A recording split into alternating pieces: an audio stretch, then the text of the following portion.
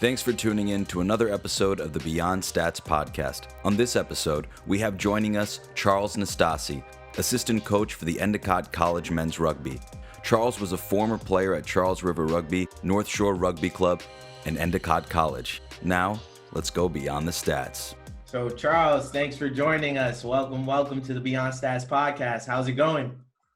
Good, man. Good. Thanks for having me. It's a pleasure to be with you guys. I'm looking forward to talking with you both. Absolutely. So how are you holding up during this pandemic, during this time?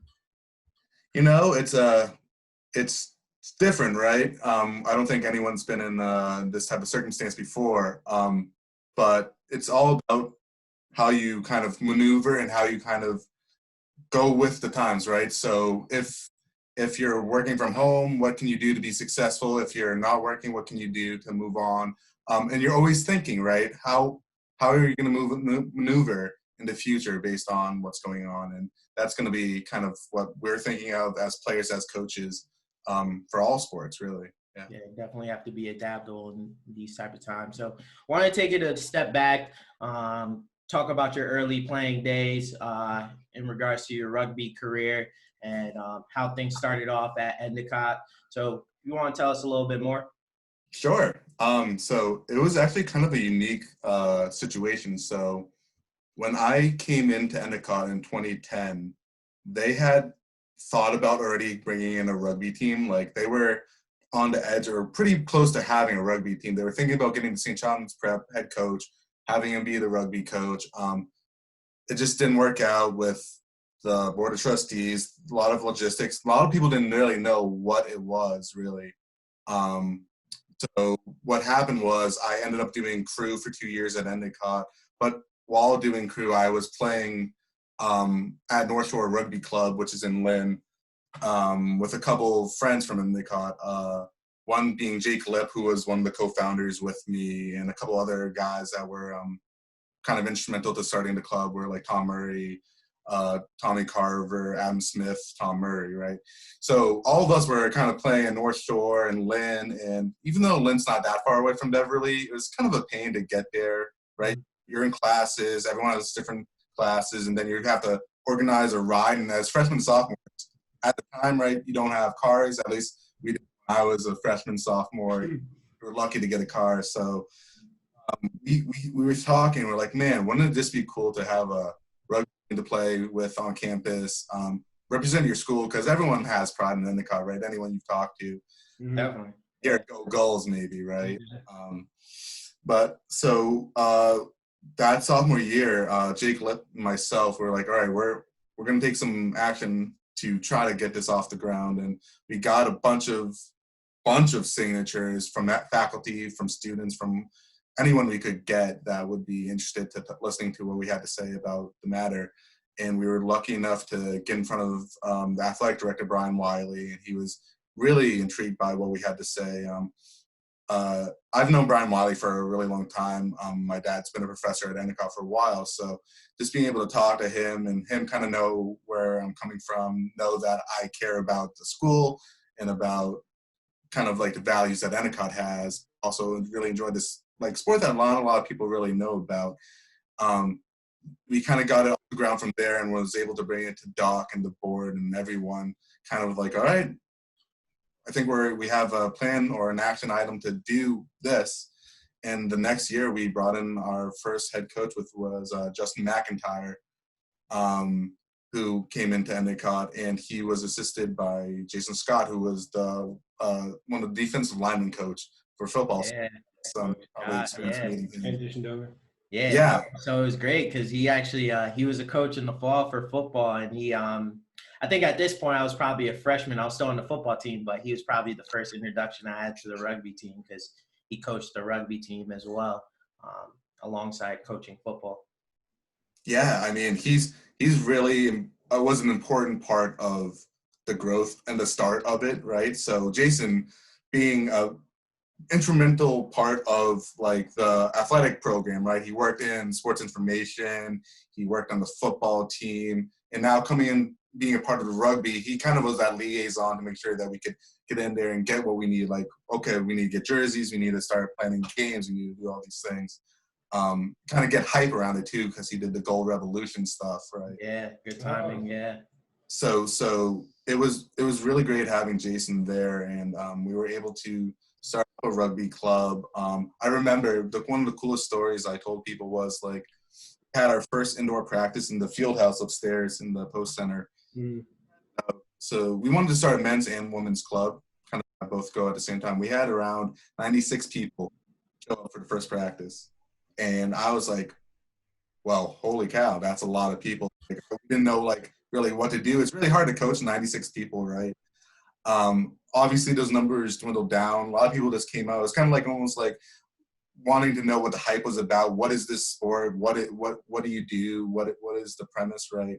So once we got things down, and after like a semester of practices and then started doing scrimmages, we had a year of games and whatnot, we started really formulating a team, and to a point now where this team is like competing on a national level. I remember seeing all you guys like Mark going to Colorado, and the guys going to the division Final Four for Nescro 15s. It's just incredible to see where the club is going now. And even having a pro player like Jackson represented now. Yeah, you guys. I saw you guys had him on earlier this week. That's pretty cool to be able to watch him and see how he has success, and coming from doing some stuff at Endicott is really cool. Yeah, so that's a big shout out and kudos to you and some of the founding fathers of the the club and the organization, because even from a college standpoint, it's a relatively new program. It hasn't been, I wouldn't even say 10 years yet. So just big shout out to you guys for paving the way.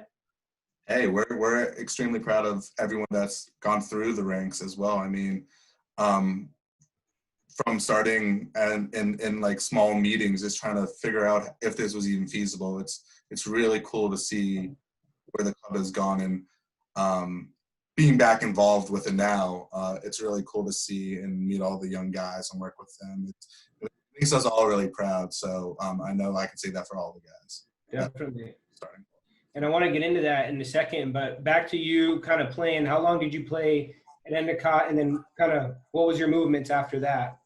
Yeah, so we played a little bit of North Shore, and then from North Shore we started at Endicott, played for, probably like 2 years, because at that point we had to get off the ground and play 2 years. I took a year off by coaching, so I started, or actually 2 years coaching, but I took 1 year off of just coaching at Endicott. I was the assistant coach for the men and women's rugby team. I worked primarily with the forward groups because that's what I did and had the most experience and most stuff to talk about, really. And it was incredible just being able to like working with Mark, working with people that really care about sport, really care about kind of the values of Endicott, care about what he's all about, right? Which is like family, brotherhood, like all these, that if Mark needed a hand with something, all the rugby guys would come out and help him out with whatever. That's kind of like what part of the stigma of rugby is. Yeah. I mean, it was incredible. So I went from a little bit of rugby, took a year off, and was coaching. And at that point, I was kind of getting the itch. A lot of guys get the itch, right, when you take a break off of sport. And getting the itch right now. Yeah, right? Having all these rugby conversations. And I was living in the North Shore, so I was living in Salem, and I was thinking about going to play for like North Shore because I was in the area at the time. But the problem was North Shore's practices were Tuesday, Thursdays, and that's primarily when we coached for Endicott. We had Tuesday, Thursdays, and like games on Saturdays or whatever. And there was one club in Boston that was practicing on Monday and Wednesdays, and it so happened to have two former Endicott alumni, Tom Murray and Adam Smith at the time. And Tom Murray is actually now the captain of Charles River. So I was like, hey, man, maybe this is going to be a good fit, right? I didn't mind driving because I love playing rugby, but I would go into South Boston, Dorchester, wherever we would practice and have games in Dorchester. But I noticed it was tough to be able to make games, right, and coach. So obviously I'm being paid to coach, so I'm going to be at all those games. Yeah. Well, I wasn't making all the games for Charles River, and I felt like at this time I was like 20, 3, and I was like, I'm still pretty young, and you don't have that much like time as a kind of in shape or kind of fit guy. So I was like, I think there needs to be a change, and at that point, I stepped down as the assistant rugby coach, kind of to focus on playing for a little bit more. I actually have it right here, a little Charles River. Hey. But played a little bit more full time, and I moved kind of around. So I went from playing like flanker a bit, but we had a lot of flankers. So I kind of moved around and ended up in second row, which I played a lot at Endicott, and ended up starting at second row for quite a bit. And playing there until recent. I still play there right now, and I'm vice president of Charles River Rugby Club currently. But I still have always had a soft spot for Endicott in my heart. And I've been talking with Dave Kinkle, who actually was an assistant coach with me when I started, and now is the head coach of the men's. The GOAT. And yeah, he's incredible. Really knows his stuff. Knows how. He's like the perfect guy, right? And Mark can talk about it. Like, yeah, I've heard. Connect with guys. He knows what's important for guys to understand, and the values, and how to really bond a team. And we've always been talking back and forth. And after talking with Dave, it was like pretty simple. Like, I had to come back. I had to be involved.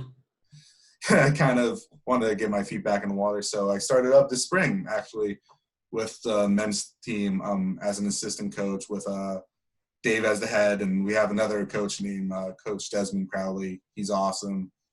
He's from Ireland, I believe Sligo, very defensively tactic. Like, if you miss tackle, he's the guy with the defensive metric guy that's like, you made this many tackles, these per loss, like game line, whatever. We're on the same page with those stats. So I'll get into that later, but we all work together as a whole, and it's just great to be back with Endicott and work with Dave and Des. Oh, yeah. I think it's great you even touched upon that. I want to dive a little bit further. You mentioned having a defensive assistant coach who likes to focus on certain things. And it seems like you, being in several roles, not only as a player, but as a coach, want to hear a little bit more from your mind, from kind of the transition of a player to coach. What metrics matter to you, or what things you're kind of eyeing for during a rugby match? For sure. So as a player, I've always been interested in what type of things needed to be done to be successful, right? Which also translates into coaching. Right. So from a player, I was always like, okay, what do we need to do? And as a coach, I'm like, what do we need to do to win, right? What's the premise of rugby? And the premise is to score more points than your opponent, right? So how do you score, right? There's try. It's all asking a bunch of questions. How do you score? Tries. How do you get tries? Possession, right? If you don't have the ball, you can't score. How do you keep the ball? Rucking. All these different things that are always on my mind. What are things that we can do? Because there are a bunch of things you can think about breaking up, right? Like talent, you can do talent. If you have talent, you have it, right? It's great. It helps. And a lot of other things, there's hard work and training and doing things better, and everyone can do that. So it's really thinking about what can we do more as players to get to the point where we're doing what we need to do to win, right? So we're trying to score, we're trying to defend, work rate and rucking and things to maintain possession. As a forward and a coach primarily, like that's what really gets me excited. Seeing guys that do things that aren't necessarily on the like sport sheet, right, or stat sheet. A lot of guys talk NBA, right? You see, a lot of people talk about Al Horford, like all the intangibles he does off the court, like on the court that aren't measured in the stat sheet. That's great to see too. But then there's ways to quantify that and see, like, okay, this guy was in every single ruck, and that if I see that this guy has helped us maintain possession and is working from ruck to ruck, and we maintain some possessions when he's in the game versus when he's not, we're probably going to see that we're going to lose the ball a little bit more because he's not in the game. Those things matter as a coach, and that's what I think about when I'm playing, right? But as a forward, my job is to maintain possession, because I know we have a lot of guys really good at carrying the ball and scoring and whatnot, but what can I do as a cog of the machine to be successful? So that's kind of what I think about as a player and a coach. I don't know if you necessarily have to explain it that way, right? So a lot of players are like, I don't really need to know what my work rate is or what my whatever is. I just need to know what to do. It depends on who you're working with, right? So it's really understanding who you're working with and how they respond. So being adaptive as a coach means all the world, right? I actually coached a little bit in South Africa for a summer, grassroots level, with a nonprofit in 2016. It was a great time, but like a lot of that was me being adaptive. A lot of the kids don't speak English, so you have to be adaptive. You have to be able to show. You have to be able to show what needs to be done, or if you're working with some other kid, you need to be able to explain to them what needs to be done if they don't necessarily get it or whatever. So it's really being adaptive. Yeah, and I think that's a great point. So to another coach out there who, let's say, hasn't been involved with tech or too much, what are some simple basic things that they can get started on? Like, do you have anything to help somebody get started with tech? Like, is it video, or what kind of metrics have you found to be most, to pay most dividends? Oh, I think that video is like the easiest thing to start off with, right? If you can record your games, if you can get anything, even if it's on a phone, like record a training session, a specific drill, just to understand how your players are responding to your direction, right? You have an idea of what the drill is supposed to be and what the drill is supposed to build on, and you'd hope that your players are getting the same thing, right? So noticing that in practice that maybe they're not doing, like if you're filming, right? Because you can't know, as a coach, there's 3 coaches, right? If you're lucky, in some cases you're the only coach, maybe there are only 2 coaches. You can't be there all the time. So to be able to look back what's going on with a certain drill or a practice or a game and be able to go back to it and show them, because some people need to see what's going on, right? That is monumental, especially for I feel like I enjoy watching film sessions, being able to understand what did I do it right, what can I do to improve on this to be successful. So video is definitely one. Something cool that they do at an international level for rugby, and I would definitely do if they make it college accessible at some point, would be like training suits or vests, right? Absolutely. GPS devices. Yeah, GPS, exactly. I think those things are incredible.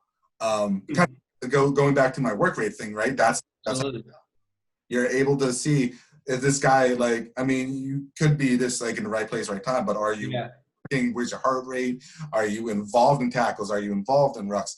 That piece of tech is so incremental and so important to if you're in an international level or a club level, it's necessary. Right. If Jackson would be all about it too, but I'm sure those guys, they're thinking they're always thinking about that, I'm glad you touched on that, because that's some of the things Jackson mentioned he's doing at the pro rugby level. We have an episode. Tom as well, he spent a lot of time talking about work rate, collisions, and how GPS devices have really helped players, just be onboarded and kind of used to what metrics matter. And that way they're giving their honest feedback after sessions, on how their body's feeling. It then allows you to manage the players in a totally different way. And I think, like you said, it goes beyond just, the stats you see, like the tries, but it allows you to reward certain players who are in the right spots, working hard throughout the match, and may go, a little unnoticed. Absolutely. And that's that important thing you brought up too, right? With being able to try to figure out how people's bodies are, right? Our recovery in rugby is so important too. So if you're doing all this hard work, what do you need to do to stay on the field, stay healthy, whatever? Getting in the weight room, right, is important. So at Charles River, as a player at Charles River, we have a teammate, and he's a personal training coach at Mike Boyle's gym, Pat Stefanski, and he helps us train during the winter, during the summers, whenever. Doing the things that you have to train for the sport you're doing, right? So we specifically train on us so that we can be successful in the field, because we want to be able. So a guy like me, I need to be able to work really hard in scrummaging, right? Like I'm a second rower. The whole point of second row is to be able to leverage our power to drive another group that are trying to leverage against us, right? So we have to work on specific muscle groups and specific recoveries so that we can be successful in all these things. For rugby, it's one thing to be fit, but then there's another to be whatever fit you are for your sport. And for rugby, it's no different. And that's all metric too. You need to be able to record and see if you are progressing and doing what you want to be doing. Yeah, definitely be able to track your progress. Yeah. So I wanted to kind of get into a little deeper into that, because I think some people might be thinking, like, what is a training regimen like for somebody playing at Charles River, or even maybe kind of get into what you have the Endicott guys doing. But before Corona, what's a training session looking like for you guys? And then like kind of weight room stuff, just so for some younger guys that might be listening and wondering what they might be needing to focus on, or, you know. Yeah, sure. So at a men's club level, which is like Charles River, right? You have to understand you're working with like different people than like a collegiate type of group of guys, right? So you're working with guys that are doing this for fun at this point. Like Jackson's doing legit hard work, and he's getting paid to do this stuff. He's playing with significantly this monster of athletes, right? Yeah. Where he's playing, and guys at like a Division 2 or 3 rugby level you got some really good athletes, right? But you also got guys that they're working Monday through Fridays, or they're doing this and that. They're different things that are involved, right? So what we're doing as a group, right? So what we do is try to get in the gym 3 times a week with that group. And we have regimens between works your cardio, whether it's kind of like hang cleans, deadlifts, trap lifts, pushing the sled, all the running, sprinting, testing for like verticals. We do that as well. Kind of for forwards, right? It's important to be able to jump into the lineup, be explosive. Yeah. This is a huge thing in rugby, being able to kind of turn it on the power, and we kind of just work on that and keep it fun, kind of, I guess. Pat works really hard to design a regimen that is relatively unique, right? So it's a progression. So you start so you shouldn't get nervous about doing super hard stuff, right? You want to progress, get stronger, then you need to take recovery, and then you get back into it, right? You're going through a process to get stronger, to get better. That's kind of like a men's club thing from Charles River. For Endicott, right? Those guys are in the gym. Like they have like a mandatory gym sessions in the morning that they work with the Endicott Strength and Conditioning, but then they go in the gym on their own. Plus, as Mark can tell you, Dave can work you pretty hard on the field. I know that the guy in the sevens this year in the spring worked extremely hard. We were doing a lot of 40s, a lot of 200s, kind of that. Building up your endurance is rugby so much more fun when you're fit. Yes. Yes. That's the one thing I can say. It's so much more fun when you're fit, because when you're gasping for air and you know that you can't breathe, like when you're gasping for air, right? You can't talk or whatever. Being able to be mentally strong and realize that if I give myself 15 seconds and I'll be back to normal, I'll be able to run again. Mm-hmm. That is what we're helping the train, right? Because it's a tough thing to, like, you're gassed and you can't breathe and you are trying to figure out how am I going to still play or whatever. It's being able to rely on your teammates to put yourselves in position so that if you just made I remember seeing Finn in one of those tournaments in Colorado. Finn, did you play with Finn too? Yeah, I played with Finn. I played soccer with Finn.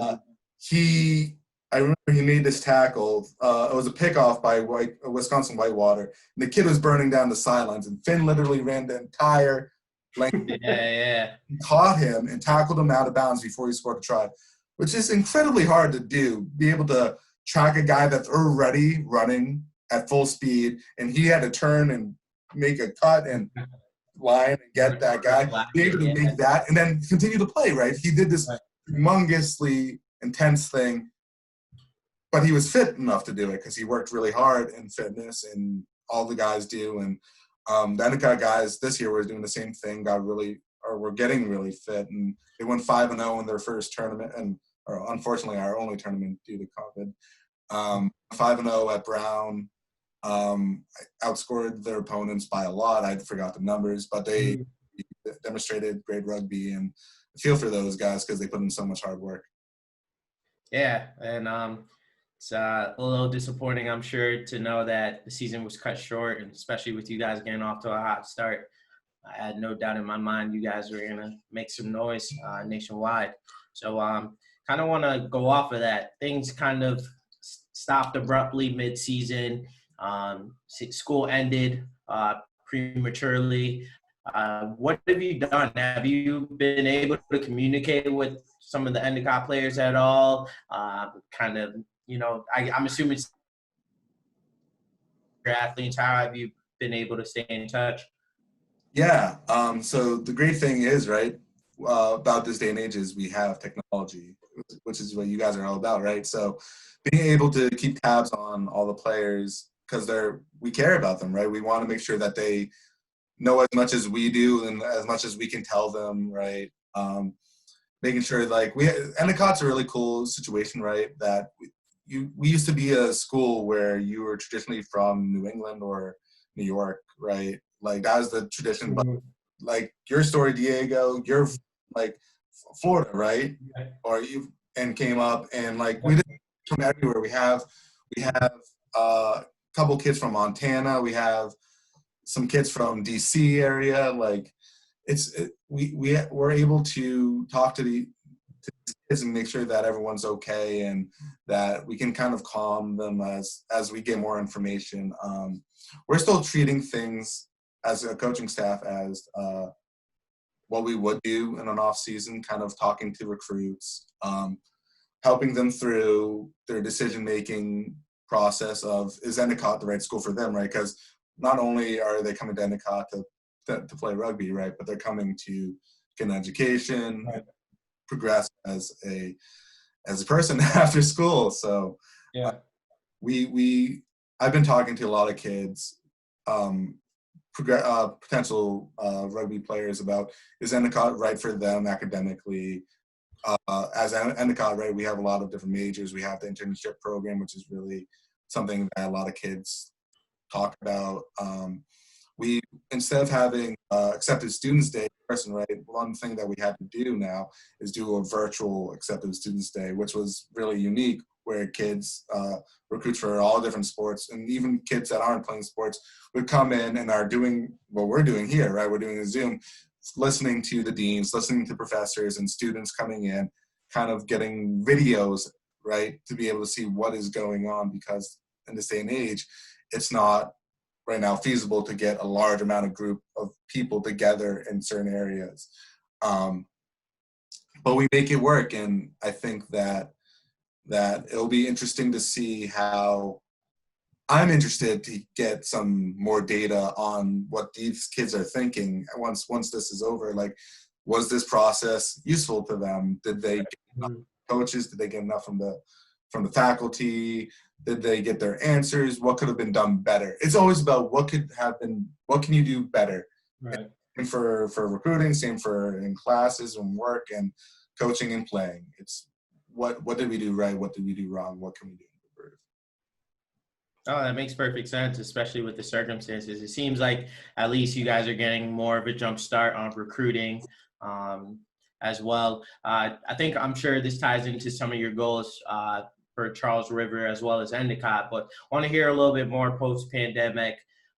What's your goals for those clubs? Oh, yeah. So, I mean, so we'll start with Endicott and then we'll move to Charles River. Talking with the Endicott coaches, right? We're trying to operate as if we're going to have a season. That's always our mindset, because we're trying to be positive, and we always think that way. So we're talking to the current kids that are in there, leaders like Matt Gash, right? Zach Nadu, making sure that we can get our ideas on training out to the players. Coach Desmond, that I was talking about earlier about the defensive tactics, up with some more workouts that can help these kids with their tackling, with their endurance, whatever. Trying to make sure that we give them the tools they can have to be successful, that they can do on their own, while making sure that they can come to us and ask us any questions that they may have. We also have international player from Japan that's been playing with us the past couple of years. So just being able to be a liaison for him in the school, right? So he's going to be a senior this year, being able to kind of answer his questions, be like, okay, this is what's going on in Massachusetts, this is what's going on in the United States, what's going on in Japan, what needs to be done if you want to do an internship here versus in Japan. We're just here to kind of help out and try to go through these untested waters. So that's for like Charles River. We're just like moving on and making sure that we can do all we can to be prepared for the fall season. And similarly for Charles River, we're doing the same as an e-board, making sure that the captains, the president, the treasurer, everyone's on the same page as to what we want to do. The Charles River is an interesting area too, because USA Rugby filed for bankruptcy earlier in the spring. But with that being said, there's going to be some type of governing body, whether it's us for NERFU for Charles River, and Endicott's through NESCRO, so they were never governed by USA Rugby anyway. So we're operating as normal there. But just being able to see like what needs to be done to schedule games once bans are lifted, once it's safe to play, right? We're just working with the club members to make sure that everyone feels like they're being listened to and that they're getting all the information. We're trying to get as much information as possible. We're also currently at Charles River in the midst of a coaching recruiting type thing. So we actually have a bunch of new coaching hires that we have to interview. Just so happened that our current head coach is going to be stepping down to spend more time with family. He's a teacher and has a bunch of kids, so we totally get it from his perspective. But it's a tough time to be recruiting for a coach too, so we're just going through uncharted waters, making sure we're doing our due diligences there and trying to make sure there's no stone unturned. Yeah. I wanted to ask you, Charles, because just talking about recruiting got me thinking there's probably a lot of players now who had plans to go to certain colleges, and it could be kind of murky water now. Coming from a coach, I'm interested in just, personally, how much video you're getting from players wanting to get recruited. And then second to follow that, how heavily do you kind of rely on footage? Because, now with COVID, traveling to go and see showcases might be even more limited than it is, with budgets and just flight restrictions and stuff. So, is there a word of advice you could give to players and how important that could be with recruiting? Absolutely. I say the more video you can do, the more anything like, especially video, more video you can do, the better, right? Because that allows us coaches to understand kind of how you play as a player, kind of how you fit in, what you've already been working on. But I personally love the like in-game stuff, but I'll also, if you can do a video of me like doing a drill or whatever, show me what you've been working on, just so I can kind of gauge as to what we are working with other coaching staff. It's so helpful. Yeah. I know we got a couple of videos from guys in like Portugal. Yeah. Interested in playing, and that's crazy. It's super important for guys that are abroad. Right. Whatever, just because sometimes you're not able to hop on the phone as easily, like time differences could change, or people's work styles or work times are different. So it can be a little bit more difficult sometimes to like plan a time to just get on the phone and talk with people. And then sometimes there's a language barrier, which is unfortunate, but sometimes happens. So video is kind of like a one language thing, right? Absolutely. That's a really good point. Eye in the sky. Yeah, it's so important, and that, like you guys are alluding to, it's very important, and it's very helpful for us to kind of gauge on what a player does. That's good to hear, because if you're listening and you're like, oh man, I don't have any game footage. Well, listen, get yourself on the field and just get yourself doing some drills. That could be what could get you recruited. just a simple video of, like you said, showing me what you've been working on, or, just a couple videos of seeing a player run back and forth or tackling a couple guys could just be the extra edge that, besides an email could be things. So that's a really good pointer. I think thank you for sharing that.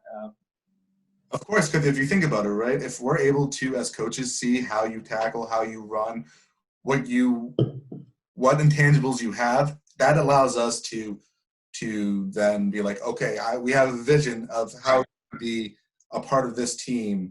And obviously there's conversations you have with coaches and whatnot, make sure that from an academic and athletic standpoint, we're the right fit.